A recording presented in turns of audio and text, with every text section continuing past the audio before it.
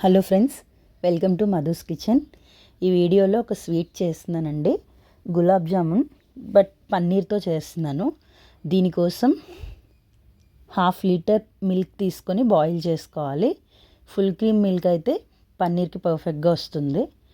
Milk ఒక పొంగు రాగానే అందులో కొంచెం వెనిగర్ వేయాలి. సో వెనిగర్ వేయగానే పాలు విరగడం స్టార్ట్ అవుతుంది. ఇప్పుడు ఈ విరిగిన పాలు ఒక థిన్ క్లాత్లో వేసి వాటర్ అంతా వడకట్టేయాలి. మొత్తం స్క్వీజ్ చేసి దాని మీద ఏదైనా కొంచెం వెయిట్ పెడితే అది ఏమైనా ఎక్సెస్ వాటర్ ఉంటే బయటకు వచ్చేస్తుంది. అలా పెట్టి ఒక 20 మినిట్స్ పక్కన పెట్టేయాలి. ఆఫ్టర్ 20 మినిట్స్ ఈ పన్నీర్ని ఒక వెడల్పు ప్లేట్లో వేసుకొని చేతితో బాగా కలుపుకోవాలి. సాఫ్ట్గా అయ్యే వరకు మనం అరచేతిని యూస్ చేసి కలుపుతూ ఉంటే సాఫ్ట్గా అయిపోతుంది.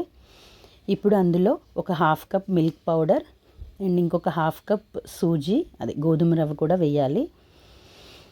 వేసి మొత్తం బాగా మిక్స్ అయ్యేలా ఉండలు లేకుండా బాగా కలపాలి. కలిపేసి మూత పెట్టి ఒక 15 to 20 మినిట్స్ పక్కన పెట్టుకున్నాను. నెక్స్ట్ స్టవ్ మీద సాస్ ప్యాన్ పెట్టుకొని షుగర్ పాకం పట్టాలండి. ఒక కప్ షుగర్కి 1 కప్ వాటర్ వేసుకోవాలి. జస్ట్ ఒక స్ట్రింగ్ కన్సిస్టెన్సీ వచ్చే వరకు అలా కలిపి అందులో కొంచెం ఇలాచీ పౌడర్ వేసి స్టవ్ ఆఫ్ చేసుకోవాలి.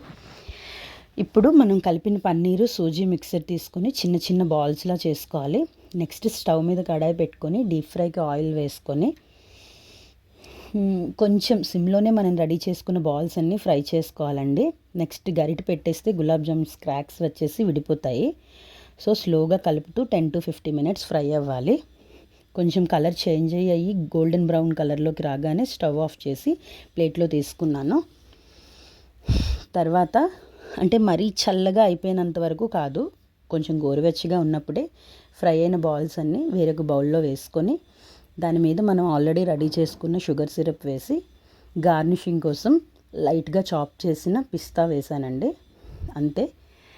రెగ్యులర్గా మనం ఈ ప్యాకెట్ పౌడర్స్ కాకుండా గులాబ్ జామున్స్ ఇలా డిఫరెంట్గా ట్రై చేసి చూడండి, బాగుంటుంది. పన్నీర్ వేసాం కదండి, కొంచెం మనకి లోపల కూడా సాఫ్ట్గా వస్తుంది, డిఫరెంట్గా ఉంటుంది టేస్ట్. ట్రై చేయండి.